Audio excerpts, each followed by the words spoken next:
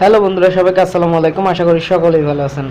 আমি আজকের এই ভিডিও থেকে আপনাদেরকে দেখাতে চলেছি যে কিভাবে আপনি একদম প্রফেশনালদের মতো একটা লোগো ক্রিয়েট করতে পারবেন আপনার ইউটিউব চ্যানেলের জন্য আপনার পিক দিয়ে।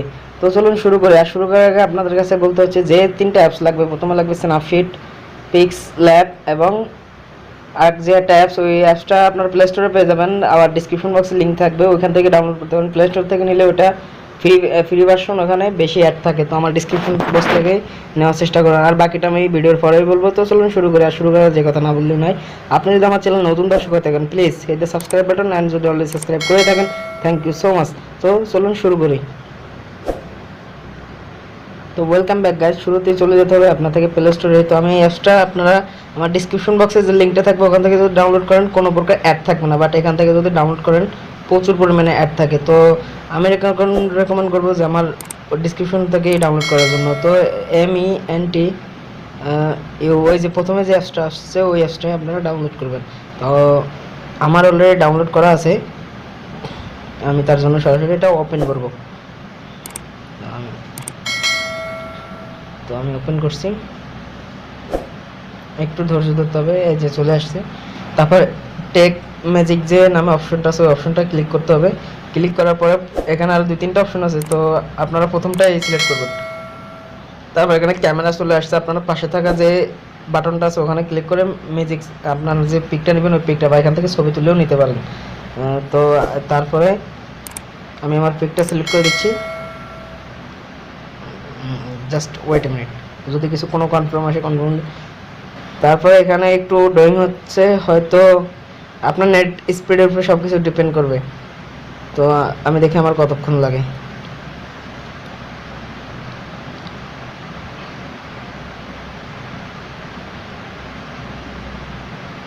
তো দেখেন আমার হয়ে গেছে।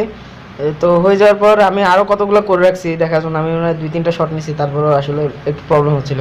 তো আমি নিয়েছি, তারপর এটা চলে যাব সরাসরি স্ন্যাপশিটে, কারণ এখানে একটু কালার এডিটিং করতে হবে। তো আমি স্ন্যাপশিটটা ওপেন করতেছি। তো ওপেন করার পর আপনার যেটা লোগোটা ক্রিয়েট করছেন ওই লোগোটা নিয়ে আসবেন। আমি এভাবে আরও কয়েকটা করছি, তো নিতেছি একটা কোনটা নিই। ওকে, তো আমি একটা আমারটা পছন্দ মতো নিয়ে নিলাম। তারপর আমরা হেডিং যে অপশনটা আছে ওই অপশনটা ক্লিক করে আমরা এটার ওয়াটারমার্ক রিমুভ করে দিব। এই যে আমরা এটার ওয়াটারমার্কটা রিমুভ করে দিই। তো হয়ে গেল। তারপর আমরা এটাকে একটু কাস্টমাইজ করবো, আপনি আপনার মনের মতো করবেন। হালকা একটু ব্রাইটনেসটা বাড়িয়ে দিবেন। তারপর মানে এখানে যে অপশনটা আছে একটু হালকা হালকা সব কিছু বাড়িয়ে দিবেন, তাহলে একটু দেখতে একটু প্রফেশনাল লুকের মতো লাগবে।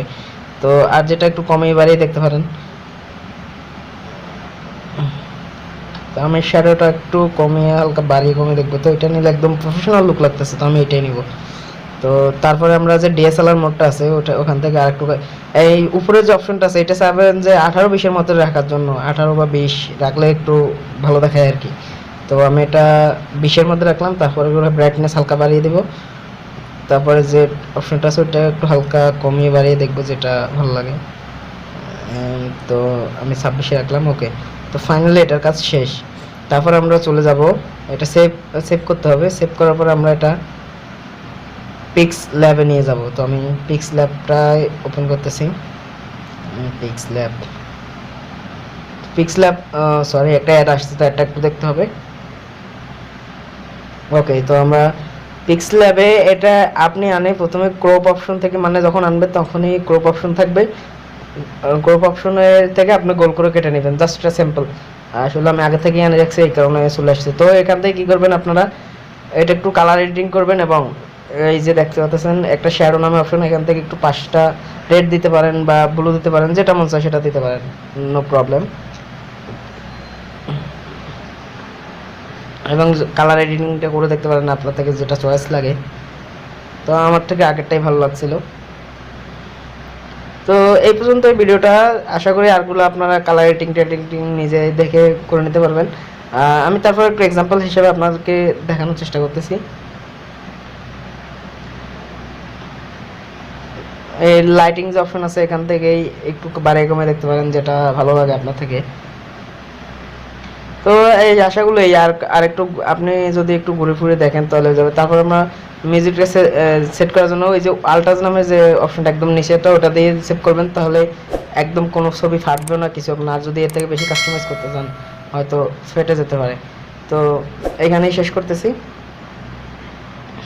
এই ছিল ভিডিওটা যদি ভালো লাগে থাকে অবশ্যই একটা লাইক দিবেন, কমেন্ট করে কিন্তু আপনি জানাবেন যে আমার এই ভিডিওটা কেমন হয়েছে।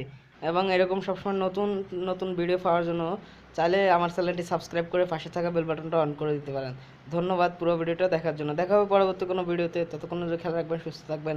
এই কেমন হয় করি, খোদা হাফেজ।